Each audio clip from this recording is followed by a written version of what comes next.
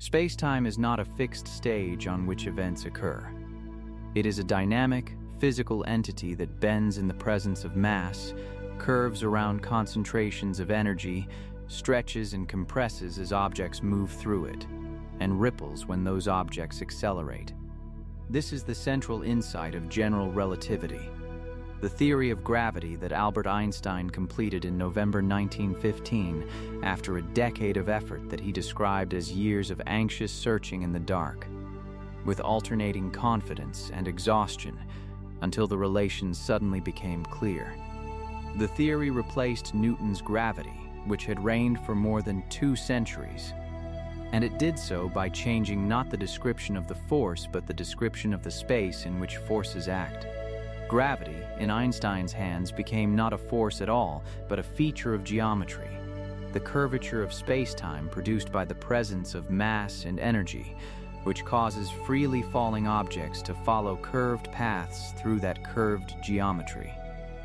Tonight, we follow those paths through the theory, through its mathematics and its history and its predictions, through the century of experiments that have confirmed it to extraordinary precision, and through the gravitational waves that now carry information from the universe's most violent events to detectors on the surface of the Earth. Isaac Newton published his law of universal gravitation in 1687 in the Principia Mathematica. Newton's law states that every pair of masses attracts every other pair with a force proportional to the product of their masses and inversely proportional to the square of the distance between them. The law is astonishingly successful. It predicts the orbits of the planets, the trajectories of projectiles, the motion of the moon, the behavior of tides, the return of Halley's Comet, and 1,000 other phenomena with extraordinary precision. Newton himself was deeply uncomfortable with one feature of his law: it implies action at a distance. The sun, according to Newton's law, exerts a gravitational force on the Earth instantaneously across 150 million kilometers of empty space, with no mechanism for transmitting this force and no finite propagation speed. Newton wrote that the notion that one body may act upon another at a distance through a vacuum without the mediation of anything else is to me so great an absurdity that I believe no man who has in philosophical matters a competent faculty of thinking can ever fall into it.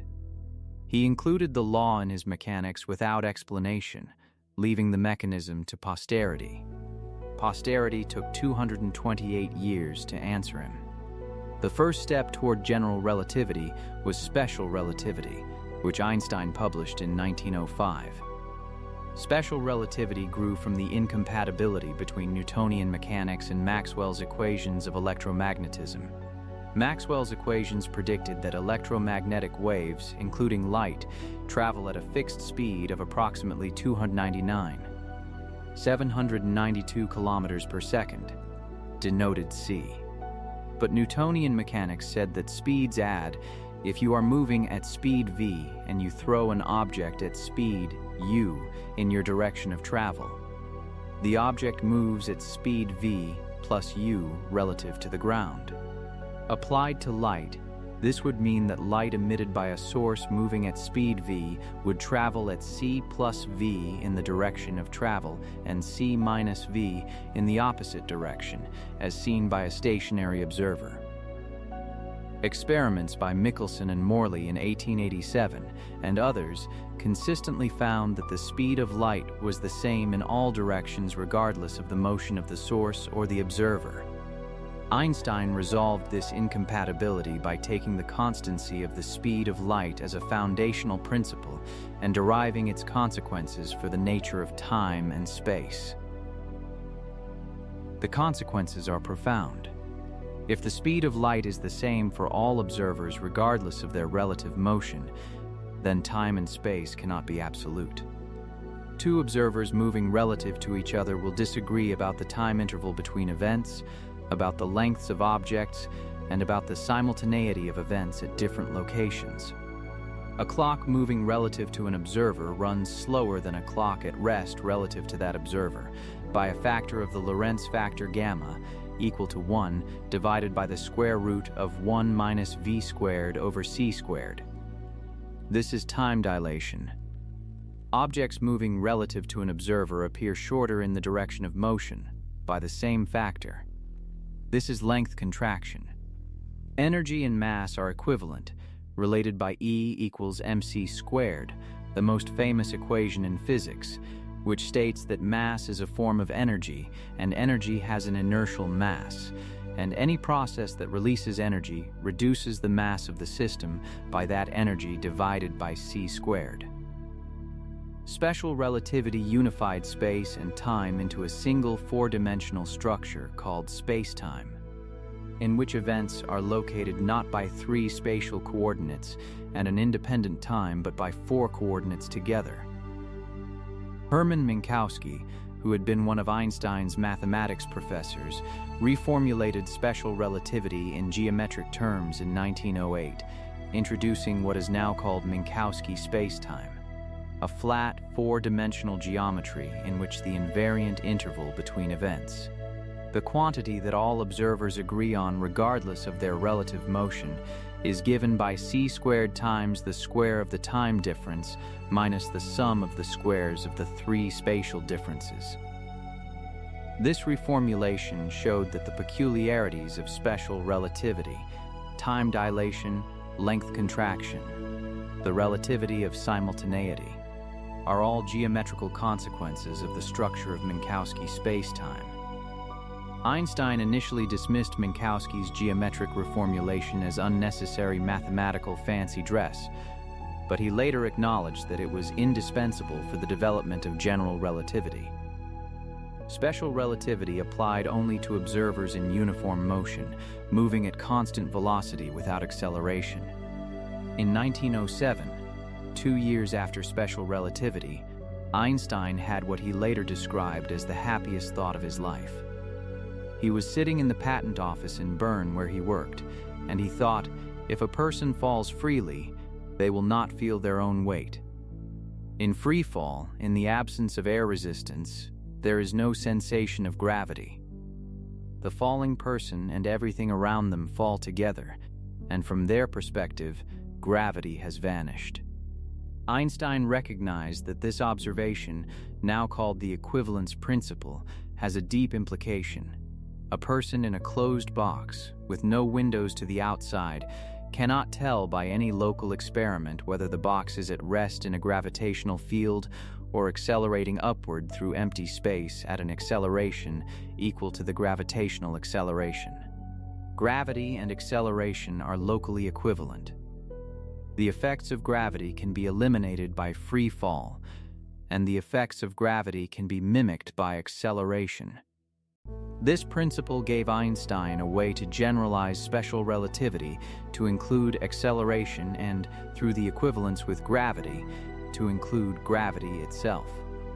If an accelerating observer experiences exactly the same local physics as a stationary observer in a gravitational field, then gravity must affect light and time in the same way that acceleration does. An accelerating observer sees light from ahead appear blue-shifted and light from behind appear red-shifted because the front of the accelerating box is moving away from light coming from behind and moving toward light coming from ahead. By the equivalence principle, the same must be true in a gravitational field. Light climbing out of a gravitational well loses energy and is red-shifted, and light falling into a gravitational well gains energy and is blue-shifted. Similarly, if time runs more slowly in the back of an accelerating rocket, by the equivalence principle, time runs more slowly deeper in a gravitational field. These predictions, gravitational redshift and gravitational time dilation, emerge from the equivalence principle alone, before the full apparatus of general relativity. From 1907 to 1915, Einstein worked to construct a complete theory of gravity consistent with the equivalence principle and the structure of special relativity. The mathematical challenge was formidable.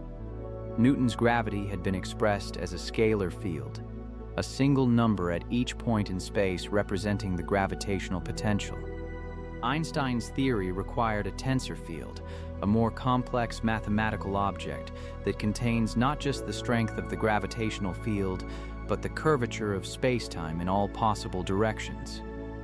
Einstein was not trained in the mathematics of Riemannian geometry, the branch of mathematics that describes curved, multi-dimensional spaces. And he spent years learning it with the help of his friend Marcel Grossmann, a mathematician who had access to the work of Bernhard Riemann, Gregorio Ricci-Curbastro, and Tullio Levi-Civita. The mathematics of curved spaces begins with the concept of a metric tensor. In flat Euclidean space, the distance between two infinitesimally close points is given by the Pythagorean theorem. D squared equals dx squared plus di squared plus dz squared. In a curved space, this formula is modified. The distance between nearby points depends on where you are, and the metric tensor G sub mu encodes how distances are measured at each point in each direction. The curvature of the space is determined by how the metric tensor varies from point to point, and this relationship is expressed through a mathematical object called the Riemann curvature tensor, which has 20 independent components in four-dimensional spacetime. The Ricci tensor, formed by contracting the Riemann tensor, has 10 independent components and plays a central role in the field equations. Einstein's field equations, which he presented to the Prussian Academy of Sciences on November 25, 1915, are a set of 10 coupled nonlinear partial differential equations relating the curvature of space-time to the distribution of matter and energy. In compact notation, they are written as G sub mu nu equals 8pg divided by c to the fourth times t sub mu nu, where G sub mu nu is the Einstein tensor. A combination of the Ricci tensor and the metric tensor that encodes the curvature, T sub mu nu is the stress-energy tensor that encodes the distribution of mass, energy, momentum, and stress in spacetime. G is Newton's gravitational constant, and c is the speed of light. The equations say, in the famous summary attributed to the physicist John Wheeler, matter tells spacetime how to curve, and curved spacetime tells matter how to move. The field equations are extraordinarily difficult to solve exactly. Because they are nonlinear, the equations for the metric tensor contain products of the metric and its derivatives, making the equations significantly harder than linear equations like those of electromagnetism. In the century since their publication, only a handful of exact solutions have been found.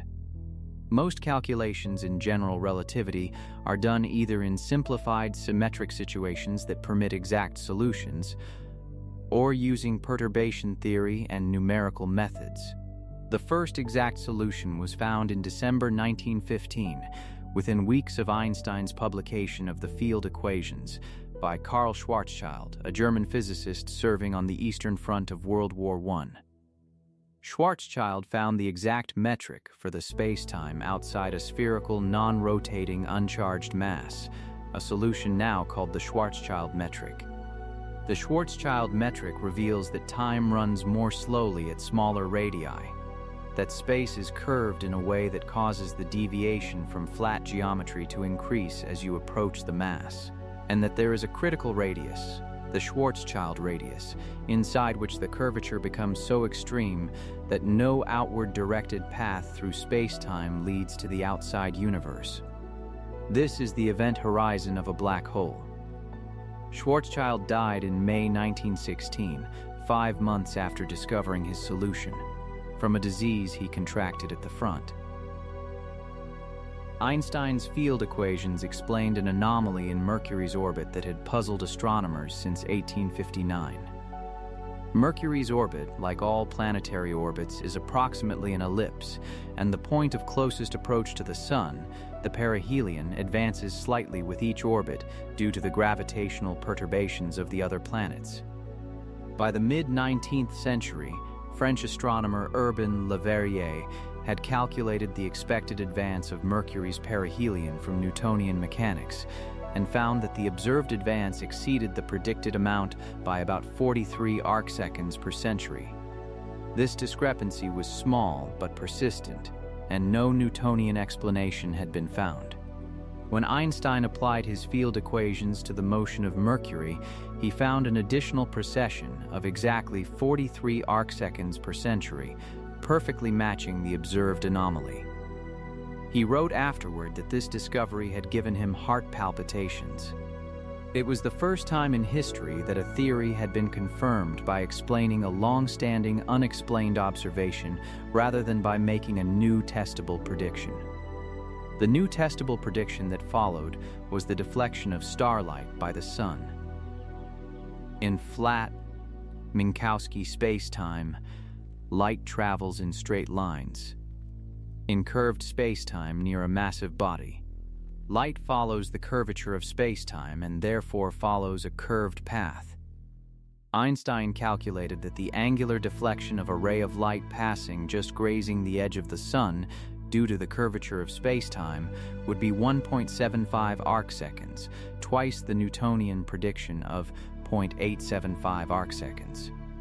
The prediction could be tested during a total solar eclipse, when the sun's light is blocked by the moon and stars near the solar limb become visible.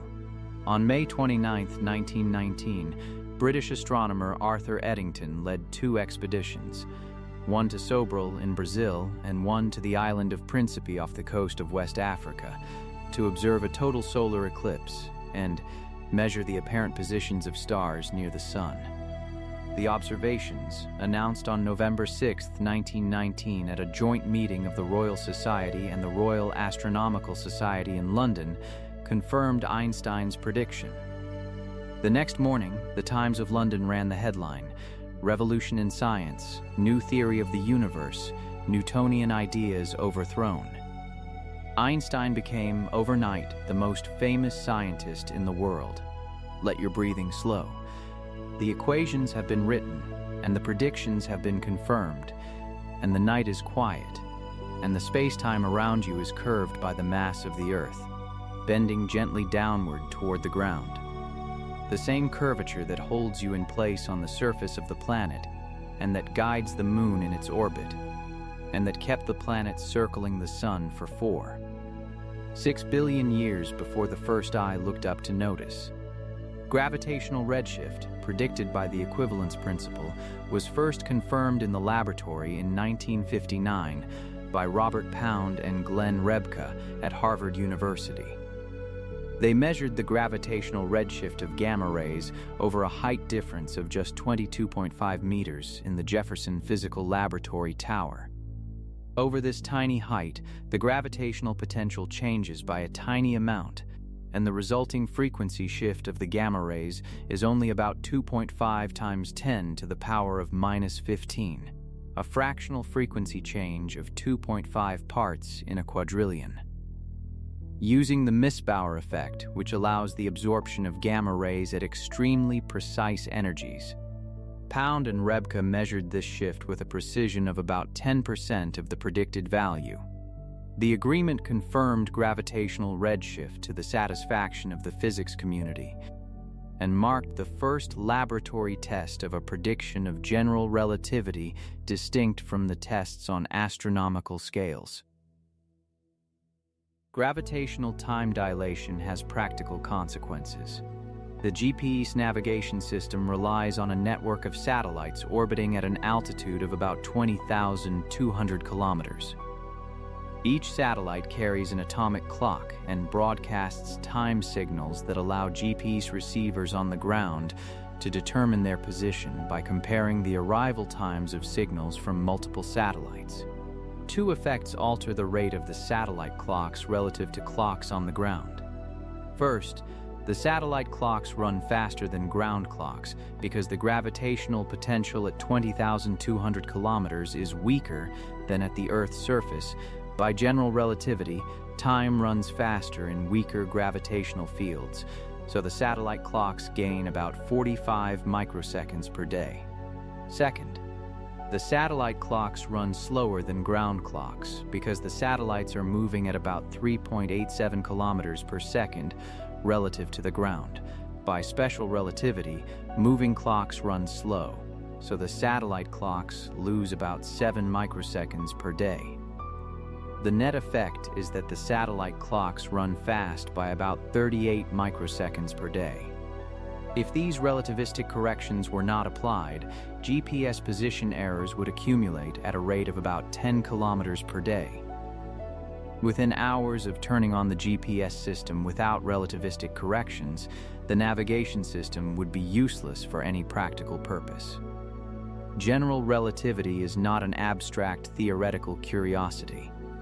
It is an engineering requirement of every modern navigation system.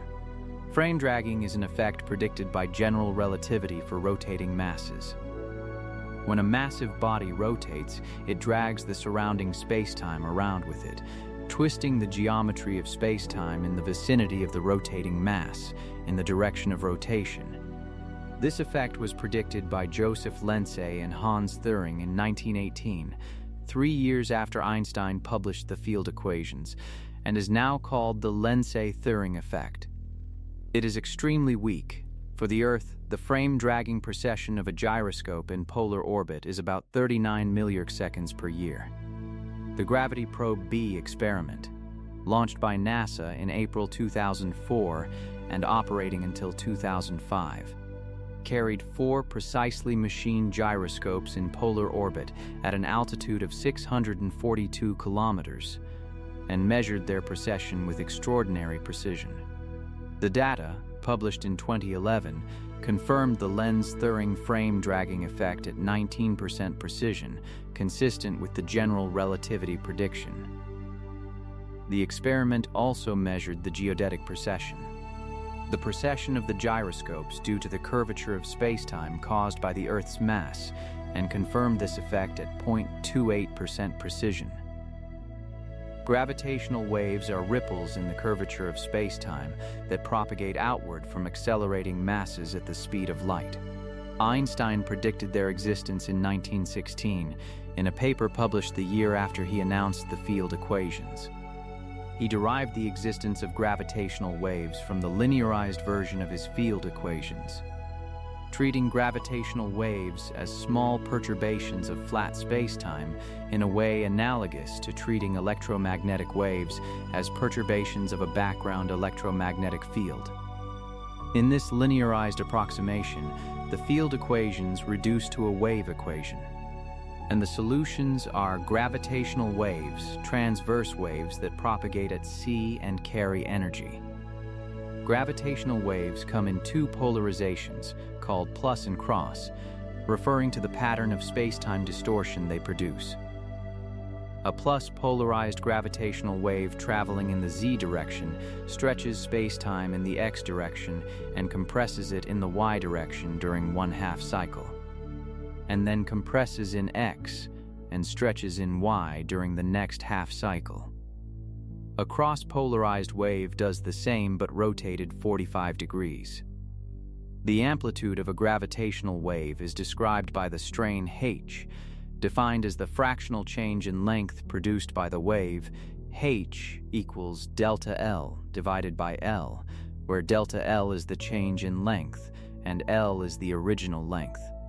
For the gravitational waves produced by a pair of merging stellar mass black holes at a distance of 1 billion light years, the strain at Earth is of order 10 to the power of -21, a fractional length change of 1 part in 1 billion trillion. The power radiated as gravitational waves by an accelerating mass distribution is given by the quadrupole formula, derived by Einstein in 1918. The formula states that the gravitational wave luminosity is proportional to the 3rd time derivative of the mass quadrupole moment of the source, squared, divided by c to the 5th.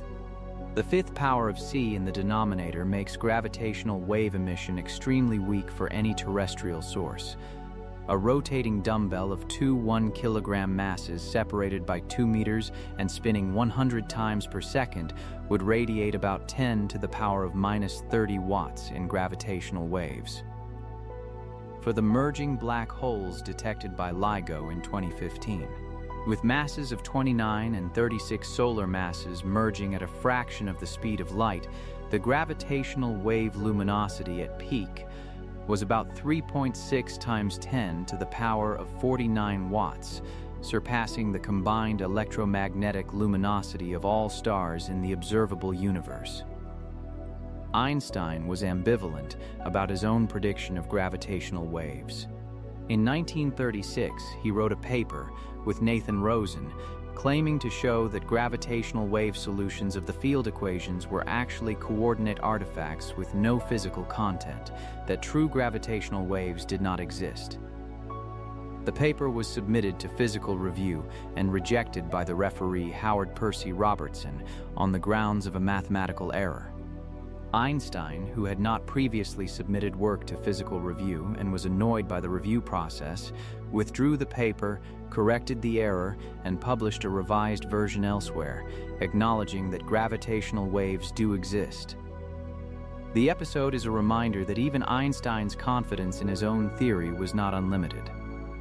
The binary pulsar PSR 1913 plus 16, discovered in 1974 by Russell Hulse and Joseph Taylor using the Arecibo radio telescope, provided the first observational evidence for gravitational waves, earning Hulse and Taylor the Nobel Prize in Physics in 1993.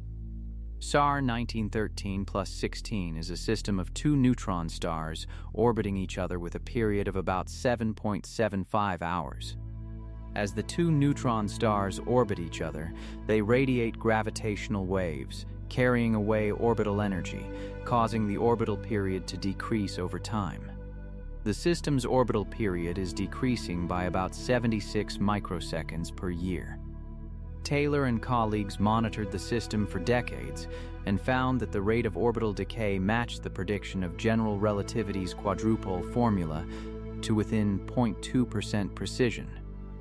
This was the first confirmation that gravitational waves carry away energy from an astrophysical system at the rate predicted by general relativity, and it established beyond reasonable doubt that gravitational waves are real. The direct detection of gravitational waves was achieved by the Laser Interferometer Gravitational Wave Observatory, LIGO, on September 14, 2015, at 9 hours 50 minutes and 45 seconds Coordinated Universal Time. Two LIGO detectors, one in Hanford, Washington, and one in Livingston, Louisiana, each consisting of two perpendicular 4-kilometer-long vacuum tunnels fitted with mirrors at the ends and laser light bouncing between them, measured a distortion of spacetime lasting about 0.2 seconds. The signal, designated GW150914, arrived at the Livingston detector about 7 milliseconds before the Hanford detector, consistent with a gravitational wave traveling at the speed of light from a direction between the two detectors. Analysis of the signal showed that it was produced by the merger of two black holes with masses of approximately 29 and 36 solar masses at a distance of about 3 billion light-years. The merger produced a black hole of about 62 solar masses, with approximately 3 solar masses converted to gravitational wave energy in less than a second. At peak, the two detectors measured a strain of about 10 to the power of minus 21, corresponding to a change in the length of the 4-kilometer arm of the detector by about 4 times 10 to the power of minus 18 meters. Less than 1,000th the diameter of a proton. This was the most precise length measurement ever made by human technology. The signal spent about 1.3 billion years traveling through the universe before arriving at the detectors. During that time, it passed through countless galaxies, dust clouds, and voids of empty space without being absorbed, scattered, or significantly altered. Gravitational waves interact with matter so weakly that the universe is essentially transparent to them, unlike electromagnetic radiation, which is absorbed and scattered by matter. This makes gravitational waves a genuinely new channel for observing the universe. They can reach us from events that produce no detectable light, or from events embedded in dense matter that is opaque to electromagnetic radiation. In August 2017, LIGO and the Virgo detector in Italy jointly detected gravitational waves from the merger of two neutron stars, GW170817. Unlike the black hole mergers detected previously, the neutron-star merger was also accompanied by observable electromagnetic radiation, a short gamma-ray burst detected by the Fermi and Integral Satellites 1. 7 seconds after the gravitational wave signal, followed by an optical counterpart detected by dozens of telescopes around the world. The simultaneous detection in gravitational waves and electromagnetic light was a landmark in multi-messenger astronomy. For the first time, a single event was observed in both channels simultaneously. The optical emission, called a kilonova, showed spectroscopic evidence of heavy elements being produced by the rapid neutron capture process, the R process, in the neutron-rich material ejected by the merger. It was the observational confirmation, long suspected, that neutron-star mergers are the site of R-process nucleosynthesis, the production of heavy elements including gold, platinum, and uranium. Every gold atom in your wedding ring, if you wear one, was produced in a neutron-star merger billions of years ago and scattered through the galaxy to eventually be incorporated into the solar system's protoplanetary disk. The comparison of the arrival times of the gravitational wave signal and the gamma-ray burst from GW170817 constrained the speed of gravitational waves to within 3 × 10 to the power of -15 of the speed of light, a direct test of general relativity's prediction that gravitational waves travel at c, confirmed to 15 decimal places. Gravitational lensing is the bending of light by the curvature of spacetime around massive objects, the same effect confirmed by Eddington in 1919, but now observed routinely in a wide variety of contexts. When light from a distant galaxy passes through the gravitational field of an intervening galaxy cluster, it follows the curved geodesics of the cluster's spacetime and is deflected, producing distorted, stretched, and sometimes multiply imaged views of the background galaxy. In the case of perfect alignment between the source, the lens, and the observer, the lensed image forms a complete ring around the lens, called an Einstein ring. In partial alignment, the background galaxy appears as one or more arcs. Gravitational lensing by galaxy clusters is a powerful tool for mapping the distribution of dark matter in the cluster, because the lensing depends on the total mass of the cluster, including both visible and dark matter. The bullet cluster, 2 galaxy clusters that have passed through each other, shows the dark matter mapped by gravitational lensing to be displaced from the hot gas mapped by X-ray emission, providing one of the strongest pieces of evidence that dark matter is a distinct component of the cluster from the visible baryonic matter. Weak gravitational lensing, the slight distortion of background galaxy shapes by the gravitational field of the large-scale structure of the universe, is now a major tool of observational cosmology. By measuring the statistical correlation of galaxy shapes across the sky, weak lensing surveys can map the 3-dimensional distribution of matter in the universe and constrain the parameters of cosmological models. The Euclid satellite, launched in 2023, is designed to measure the shapes of more than 1 billion galaxies over more than 1/3 of the sky to constrain the properties of dark energy through weak gravitational lensing. Einstein's field equations, as originally written, contain only the curvature terms and the stress-energy tensor. In 1917, when Einstein applied his equations to the universe as a whole, he found that they predicted either an expanding or a contracting universe, not a static one. Believing the universe to be static, Einstein added an additional term, the cosmological constant denoted lambda, which introduces a uniform energy density of empty space that counteracts the gravitational attraction of matter and allows a static solution. When Edwin Hubble announced in 1929 that distant galaxies are receding from us at velocities proportional to their distances, and that the universe is therefore expanding, Einstein recognized that his static universe was a mistake. and removed the cosmological constant from his equations, calling it the greatest blunder of his life. In 1998, two teams of astronomers studying Type 1a supernovae as standard candles discovered that the expansion of the universe is accelerating, driven by what is now called dark energy. The cosmological constant was reinstated, now interpreted not as a correction for a static universe, but as the energy density of empty space, driving the accelerated expansion. The current value of the cosmological constant, measured by combining observations of the cosmic microwave background, galaxy surveys, and supernova distances, corresponds to an energy density of about 6 × 10 to the power of -10 joules per cubic meter. A tiny number, but one that dominates the energy budget of the universe on cosmic scales. The parametrized post-Newtonian formalism, developed by Kenneth Nortvedt and Clifford Will in the 1960s and 1970s, provides a systematic framework for testing general relativity against alternative theories of gravity. The formalism expresses the metric of the gravitational field in terms of a set of parameters, the ppn parameters, that reduce to specific values in general relativity and take different values in alternative theories. General relativity predicts gamma equals 1 and beta equals 1 for the two most commonly measured ppn parameters, where gamma measures the amount of spatial curvature produced by a unit mass and beta measures the nonlinearity of the superposition of gravitational fields.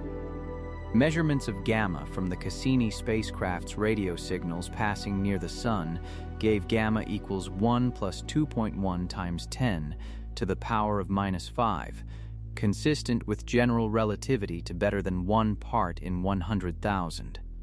The Event Horizon Telescope images of M87 star and Sagittarius A star provide strong field tests of general relativity in the regime of extreme space-time curvature. The size and shape of the black hole shadow in these images depend on the space-time geometry near the event horizon, which is determined by the black hole mass and spin through the Kerr metric. The observed shadow size for M87 star, 42 micro-arcseconds in angular diameter as seen from Earth, is consistent with the prediction for a black hole of 5 billion solar masses to within the measurement uncertainties. Detailed analysis of the image structure constrains the black hole's spin and tests the no-hair theorem, the result that black hole spacetime is completely determined by mass, charge, and angular momentum. When two black holes merge, the final moments of the inspiral and the merger itself produce gravitational waves at frequencies and amplitudes determined by the masses and spins of the two black holes.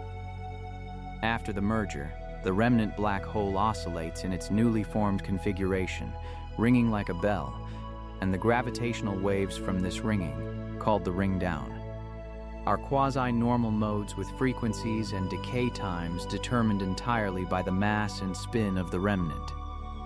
If the remnant is a Kerr black hole, as general relativity predicts, the ring-down frequencies and decay times are precisely determined by the Kerr metric.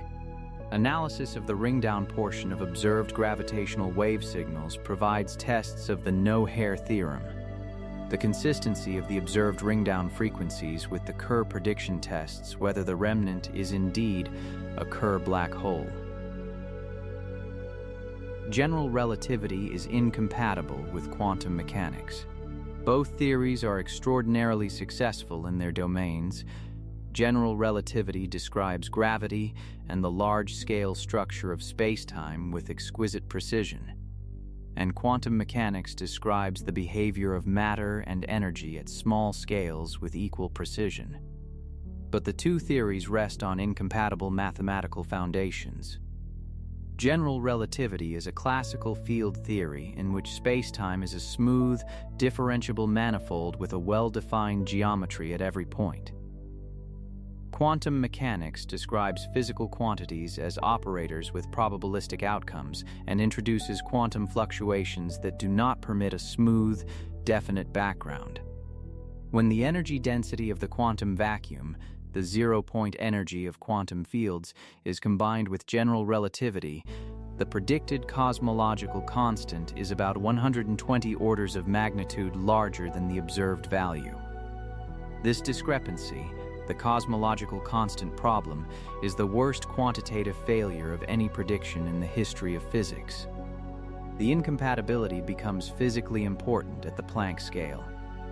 The length of about 1.6 times 10 to the power of minus 35 meters, the time of about 5.4 times 10 to the power of minus 44 seconds, and the energy of about 10 to the power of 19 times the proton rest energy, at which the quantum effects of gravity become significant. At the Planck scale, quantum fluctuations in the gravitational field are so large that the smooth spacetime description of general relativity breaks down. The development of a theory of quantum gravity, a theory that reduces to general relativity at large scales and to quantum mechanics at small scales, is the central open problem of theoretical physics. String theory, loop quantum gravity, causal dynamical triangulation, and asymptotic safety are among the candidate frameworks, but none has been confirmed by experiment, and none is universally accepted. Tonight, the space-time around you is curved. The curvature is gentle. The Earth's gravitational field is weak compared to the fields near black holes and neutron stars. And the deviations from flat Minkowski spacetime in your room are tiny. But they are real. Your clock, wherever it is in the room, is ticking very slightly slower than a clock in empty space far from any mass. The floor is slightly below you in the curved geometry of spacetime, and the trajectory of everything that falls toward it is a geodesic, the straightest possible line through the curved geometry, a line that curves in space because spacetime itself curves. The gravitational waves from the merger of distant black holes and neutron stars are passing through the room right now, distorting the distances between all the atoms in your body by fractions of a proton's width, detected somewhere tonight by the LIGO and Virgo interferometers. The cosmological consequences of general relativity extend far beyond the expanding universe and dark energy. Alexander Friedmann, a Russian mathematician, solved the field equations for a homogeneous and isotropic universe in 1922, 5 years before Hubble's observational evidence for expansion was published, and found a family of solutions depending on the total energy density of the universe relative to a critical value.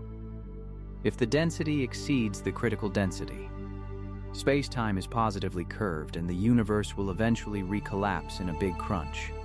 If the density is below the critical density, spacetime is negatively curved and the universe expands forever, growing increasingly cold and empty. If the density exactly equals the critical density, spacetime is flat, in the sense of having zero global curvature. And the universe expands forever at a rate that asymptotically approaches zero. Measurements of the cosmic microwave background by the WMAP and Planck satellites have shown that the total density of the universe, including ordinary matter, and dark energy, is extremely close to the critical density, within 0.5%. The universe is spatially flat to the precision of current measurements. Georges Lemaitre, a Belgian priest and physicist, independently derived the expanding universe solutions in 1927 and drew the conclusion that Hubble's recession velocities of galaxies were evidence that the universe is expanding. He also argued in what was initially called the hypothesis of the primeval atom and is now called the Big Bang theory, that extrapolating the expansion of the universe backward in time implies that the universe began in an extremely hot, dense state, and that the cosmic microwave background radiation, the afterglow of the Big Bang, should be detectable as a uniform glow of microwave radiation filling all of space. The CMB was discovered accidentally by Arno Penzias and Robert Wilson in 1964 at Bell Laboratories, using a microwave antenna originally built for satellite communication. and has since been mapped with extraordinary precision by the COBE, WUMAP, and Planck satellites. Its temperature is uniform across the sky to 1 part in 100,000, and its spectrum is a perfect blackbody at 2.72548 Kelvin, the most precise blackbody spectrum ever measured. The inflationary cosmology, proposed by Alan Guth in 1980 and refined by André Linde, Paul Steinhardt, and others, addresses two puzzles left unexplained by the standard Big Bang: the horizon problem and the flatness problem. The horizon problem is the extraordinary uniformity of the CMB. Regions of the early universe that were too far apart to have communicated by the time the CMB was released appear at the same temperature to better than 1 part in 100,000. In the standard Big Bang, without inflation, there is no mechanism to explain this uniformity.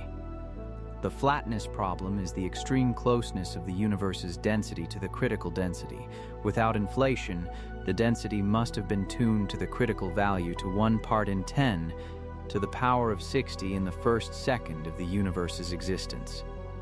Inflationary cosmology resolves both problems by proposing a brief period of exponentially rapid expansion in the very early universe, driven by the potential energy of a scalar field called the inflaton.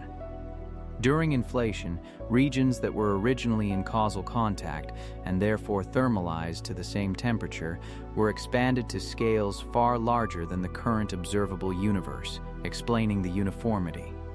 And inflation dynamically drives the spatial curvature towards zero, explaining the flatness. Inflation also generates quantum fluctuations in the inflaton field that are stretched by the expansion to macroscopic scales, seeding the density fluctuations that gravity amplified over billions of years into the large-scale structure of galaxies and galaxy clusters we observe today. The detection of gravitational waves has opened what astronomers call multi-messenger astronomy, a new era of observation in which the same event is studied through multiple different physical channels.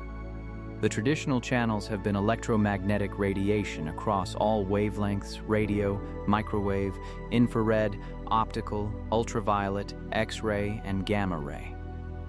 Neutrino astronomy opened a second channel with the detection of neutrinos from supernova 1987A. Gravitational wave astronomy, opened by LIGO in 2015, provides a third channel. Each channel reveals different aspects of the same astrophysical sources. Electromagnetic radiation reveals the electromagnetic properties of matter. Neutrinos reveal the nuclear physics of core collapse events.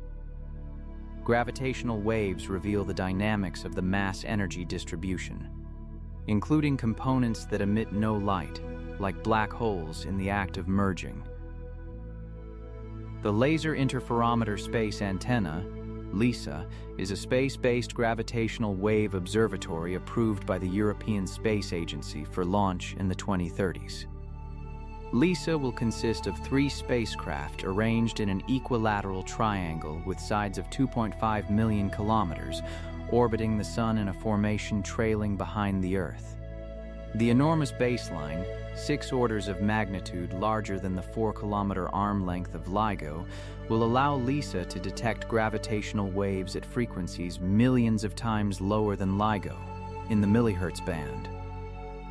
At these frequencies, LISA will be sensitive to gravitational waves from supermassive black hole mergers at cosmological distances, from compact objects spiraling into supermassive black holes in galactic centers, and from the stochastic gravitational wave background produced by the sum of many unresolved compact binary systems throughout the universe. LISA will be the observatory of choice for black hole mergers at the mass scale of the supermassive black holes in the centers of large galaxies. Pulsar timing arrays are a third method for detecting gravitational waves sensitive to frequencies even lower than LISA, in the nanohertz band. The method uses the extremely regular pulse arrival times of millisecond pulsars as a natural array of clocks. A passing gravitational wave will affect the arrival times of the pulses in a correlated way that depends on the angular positions of the pulsars in the sky. The nanograv collaboration. monitoring an array of millisecond pulsars with the Green Bank Telescope and Arecibo Observatory, announced in 2023 that they had detected the correlated timing residuals expected from a stochastic gravitational wave background. The signal, confirmed with high statistical significance, is consistent with the gravitational wave background produced by the incoherent superposition of gravitational waves from merging supermassive black hole binary systems throughout the observable universe. The European Pulsar Timing Array and other international collaborations announced consistent results simultaneously. This detection opened the nanohertz gravitational wave window for the first time. Numerical relativity, the computer-based solution of Einstein's field equations for complex, asymmetric configurations, was essential for the prediction and interpretation of the gravitational wave signals detected by LIGO. The field equations, being 10-coupled nonlinear partial differential equations, cannot in general be solved analytically for the dynamical merger of two black holes. The computation must be done numerically on supercomputers. The first successful numerical simulation of the inspiral, merger, and ringdown of a binary black hole system was published in 2005 by Franz Pretorius, resolving a 40-year effort in numerical relativity. The simulations produce theoretical gravitational wave templates, the expected signal as a function of time for given masses and spins, that are matched against the observed LIGO signals to determine the source parameters.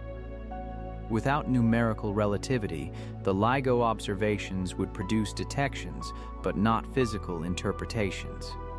Einstein spent 10 years finding the equations that describe all of this.